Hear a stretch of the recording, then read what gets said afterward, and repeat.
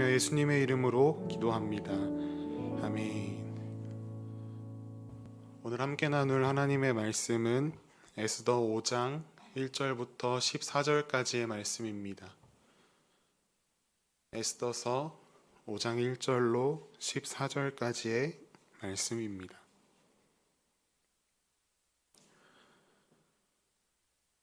저와 여러분이 한 절씩 교독하여 읽도록 하겠습니다. 제3일에 에스더가 왕후의 예복을 입고 왕궁안 뜰 곧 어전 맞은편에 서니 왕이 어전에서 전 문을 대하여 왕자에 앉았다가 왕후 에스더가 뜰에 선 것을 본즉 매우 사랑스러움으로 손에 잡았던 금규를 그에게 내미니 에스더가 가까이 가서 금규를 끝을 만지니라. 왕이 이르되 왕후 에스더여 그대의 소원이 무엇이며 요구가 무엇이냐 나라의 절반이라도 그대에게 주겠노라 하니 에스더가 이르되 오늘 내가 왕을 위하여 잔치를 베풀었사오니 왕이 좋게 여기시거든 하만과 함께 오소서 하니 왕이 이르되 에스더가 말한 대로 하도록 하만을 급히 부르라 하고 이에 왕이 하만과 함께 에스더가 베푼 잔치에 가니라. 잔치에 술을 마실 때에 왕이 에스더에게 이르되 그대의 소청이 무엇이뇨 곧 허락하겠노라. 그대의 요구가 무엇이뇨 나라의 절반이라 할지라도 시행하겠노라 하니 에스더가 대답하여 이르되 나의 소청 나의 요구가 이러하니이다. 내가 만일 왕의 목전에서 은혜를 입었고 왕이 내 소청을 허락하시며 내 요구를 시행하시기를 좋게 여기시면 내가 왕과 하만을 위하여 베푸는 잔치에 또 오소서. 내일은 왕의 말씀대로 하리이다 하니라. 그날 하만이 마음이 기뻐 즐거이 나오더니 모르드게가 대궐문에 있어 일어나지도 아니하고 몸을 움직이지도 아니하는 것을 보고 매우 노하나 참고 집에 돌아와서 사람을 보내어 그의 친구들과 그의 아내 세레스를 청하여 자기의 큰 영광과 자녀가 많은 것과 왕이 자기를 들어 왕의 모든 지방관이나 신하들보다 높인 것을 다 말하고 또 하만이 이르되 왕후 에스더가 그 베푼 잔치에 왕과 함께 오기를 허락받은 자는 나밖에 없었고 내일도 왕과 함께 청함을 받았느니라. 그러나 유다 사람 모르드게가 대궐문에 앉은 것을 보는 동안에는 이 모든 일이 만족하지 아니하도다 하니 그의 아내 세레스와 모든 친구들이 이르되 높이가 50규빗 되는 나무를 세우고 내일 왕에게 모르드게를 그 나무에 매달기를 구하고 왕과 함께 즐거이 잔치에 가소서 하니 하만이 그 말을 좋게 여기고 명령하여 나무를 세우니라. 아멘. 무엇을 믿고 계십니까? 라는 제목으로 말씀을 나누겠습니다. 지난주부터 우리는 생명의 삶을 통해 에스더를 묵상하고 있습니다.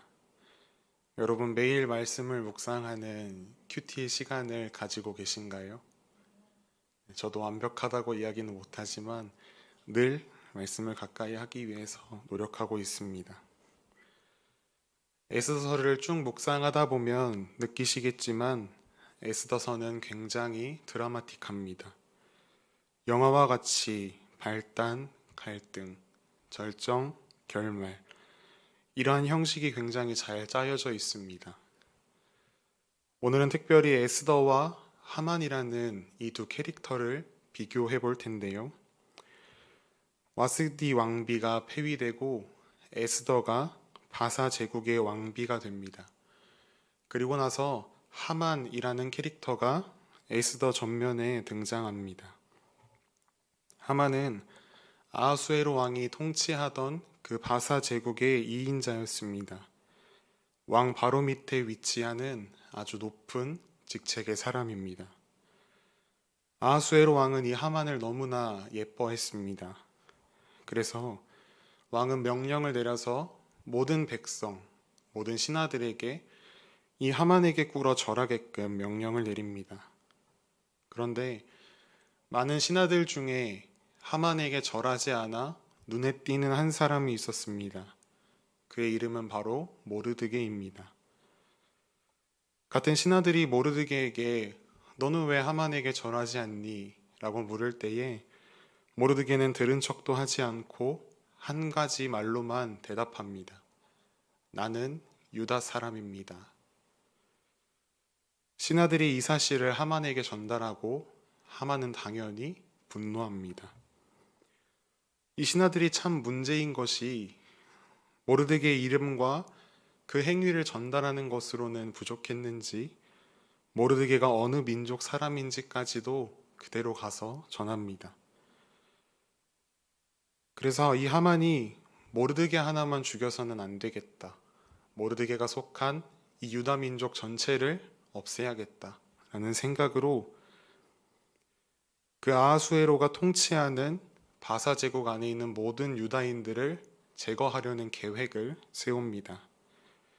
자신의 개인적인 분노를 왕을 향한 충성심이라고 하는 포장지로 잘 포장을 해서 왕에게 허락까지 받아냅니다. 이 이야기를 전해들은 모르드게, 그는 자기의 옷을 찢고 굵은 베옷을 입고 성중에 나가서 엉엉 대성통곡합니다. 하만이 왕에게 허락받은 유다인을 진멸하라는 조서는 각 지방으로 전달되어 흩어져 살고 있던 유다인들에게도 닿게 되었습니다. 그 소식을 들은 유다인들이 무엇을 할 수 있었겠습니까? 모르드게와 마찬가지로 그저 앉아서 베옷을 입고 우는 것밖에는 할 수 없었습니다. 그런데 이러한 소식을 왕궁에 살고 있는 모르드게의 사촌, 그리고 모르드게의 사촌이자 바사 제국의 왕비인 에스더가 듣게 됩니다. 그리고 추가로 모르드게가 내가 왕비니까 왕에게 나아가서 유다 민족을 살려달라고 간청 좀 해봐 라고 하는 말을 전해 듣게 됩니다. 그런데 안타깝게도 에스더는 그렇게 할 수가 없었습니다. 왜냐하면 왕의 부르심을 받지 않고 왕 앞에 나아간다? 그것은 곧 죽음을 의미하기 때문입니다. 왕 앞에 왕의 부름 없이 나가면 죽는다는 소식을 신하들뿐만 아니라 모든 백성이 알았다고 성경은 기록합니다. 즉 이것이 무슨 이야기이냐면 모르드게도 그 사실을 알았다는 것이죠. 그런데도 에스더에게 그러한 무리한 요구를 합니다. 그리고는 쐐기를 박습니다. 그 쐐기가 에스더 4장 13절과 14절의 말씀입니다. 우리가 먼저 13절만 함께 읽도록 하겠습니다. 앞을 보시고 13절을 함께 읽으시겠습니다. 시작. 모르드게가 그를 시켜 에스더에게 회답하여 너는 왕궁에 있으니 모든 유다인 중에 홀로 목숨을 건지리라 생각하지 말라. 13절만 보면 이 모르드게의 말이 굉장히 비겁하게 느껴집니다. 잘못은 자기가 해놓고 엄한 에스더에게 내 뒷일을 부탁한다 라고 이야기하는 것만 같습니다. 그러나 14절을 보면 모르드게가 어떤 마음을 가지고 있었는지 우리는 알 수 있습니다. 이어지는 14절 말씀을 함께 읽으시겠습니다. 시작. 잠잠하여 말이 없으면 유다인은 다른 데로 말미암아 노임과 구원을 얻으려니와 너와 내 아버지 집은 멸망하리라. 내가 왕후의 자리를 얻은 것이 이때를 위함이 아닌지 누가 알겠느냐 하니. 내가 왕후의 자리를 얻은 것이 이때를 위함이 아닌지 누가 알겠느냐 라고 모르드게는 이야기합니다. 모르드게가 이렇게 당당하게 이야기할 수 있었던 이유가 무엇인지 아십니까? 모르드게는 선하신 하나님을 신뢰하고 있었습니다. 분명 다른 사람들이 하만에게 절할 때에 모르드게도 그래 뭐 인사라고 생각하고 절 한번 하지 라고 하면서 절할 수 있었을 것입니다. 그러나 모르드게가 그렇게 하지 않았던 이유는 바로 하나님만 섬기고 하나님께만 절하겠다고 하는 굳건한 신앙의 기준이 있었기 때문입니다. 비록 그 행동으로 인해 지금 유다 민족 전체가 몰살당할 위기에 처해 있을지언정 자신의 그 행동은 하나님을 바르게 섬기기 위해서 하는 행동이었기 때문에 이런 상황을 만드신 전능하신 하나님이 다 계획이 있으실 것이다 라는 믿음과 신뢰로 이렇게 당당하게 에스더에게 요구합니다. 정말 이 행동은 하나님은 언제나 선하시다 라는 믿음이 없었다면 할 수 없는 행동입니다. 에스더가 가진 이 왕비라는 자리는 하나님께서 예비하신 것이며 그 자리를 통해 하나님께서 일하실 것이라는 믿음이 이 오빠 모르드게에게 있었습니다. 그 마음을 에스더도 전달받았던 모양입니다. 에스더는 모르드게에게 이야기합니다. 수산에 있는 모든 유다 사람을 모아서 나를 위해 금식하고 3일 동안 기도해달라. 내가 죽으면 죽으리라 하는 마음으로 왕의 규례를 어기고 왕 앞에 나아가겠다라고 이야기합니다. 이러한 상황이 오늘의 본문으로 이어집니다. 이전까지는 모르드게와 유다인들이 쉽게 말하면 을이었습니다. 그리고 그들을 죽이려고 하는 하만이 갑이었습니다. 그러나 이제는 갑과 을이 뒤바뀌는 것을 넘어서 갑이었던 하만이 완전히 바닥으로 추락하는 반전이 시작됩니다. 오늘 본문에서 에스더와 하만은 각자 비밀스러운 작전을 시작합니다. 하만과 에스더는 각자 자기가 세운 목표를 위해서 달려갑니다. 유다 백성들은 에스더를 위해서 금식하며 기도했습니다. 에스더도 3일을 금식하며 기도했습니다. 그 뒤에 에스더가 왕에게 나아갑니다. 분명히 이것은 왕의 규례를 어긴 것입니다. 그러나 왕은 그렇게 자신 앞에 나온 에스더를 굉장히 사랑스럽게 바라봅니다. 원하는 것이 무엇이냐? 라고 되려 질문까지 받게 됩니다. 이것이 대체 무슨 일이겠습니까? 이 모든 것은 하나님의 완벽한 계획이었습니다. 왕의 눈에 에스더 왕비가 건방지게 보이지 않고 사랑스럽게 보인 것 또한 하나님께서 이 왕의 마음을 만지셨기 때문에 가능했던 것입니다. 왕은 성급하게 에스더의 마음을 듣고자 합니다. 그러나 에스더는 말하지 않습니다. 그저 자신이 만든 잔치에 하만과 함께 와달라는 이야기만 전달합니다. 무언가 일이 지연되는 듯 보이지만 하나님께서는 이 드라마를 계속해서 완벽하게 끌어가십니다. 잔치 이후에 하만이 집에 돌아가는데 한 사람을 마주합니다. 근데 그 사람이 자기를 보고 아는 체도 안 하고 무시하는 것입니다. 그가 누구인가 보았습니다. 또 모르드게였습니다. 하만의 화는 머리 끝까지 올라갑니다. 억제할 수 없는 분노가 하만에게 가득합니다. 그래서 가족들에게 자신의 기분을 알리고 가족들과 함께 모르드게를 죽여 매달 장대를 준비합니다. 그날 밤 하나님께서는 이 아하수에로 왕에게 잠이 오지 않게 하십니다. 그래서 왕은 역대일기를 가져다가 읽게 되고 자신을 음모에서 구해준 모르드게에게 아무런 보상이 내려지지 않았다는 것을 확인하게 됩니다. 하필 아하수에로 왕은 이 자신의 나라의 2인자였던 하만에게 자신을 음모에서 구해준 자를 어떻게 보상해야 할까를 묻습니다. 하만은 웃기게도 왕이 나에게 선물하려 하는구나. 왕이 나에게 상을 주고 싶은가 보다 라는 생각을 가집니다. 그래서 최고의 상을 적어서 왕에게 제시합니다.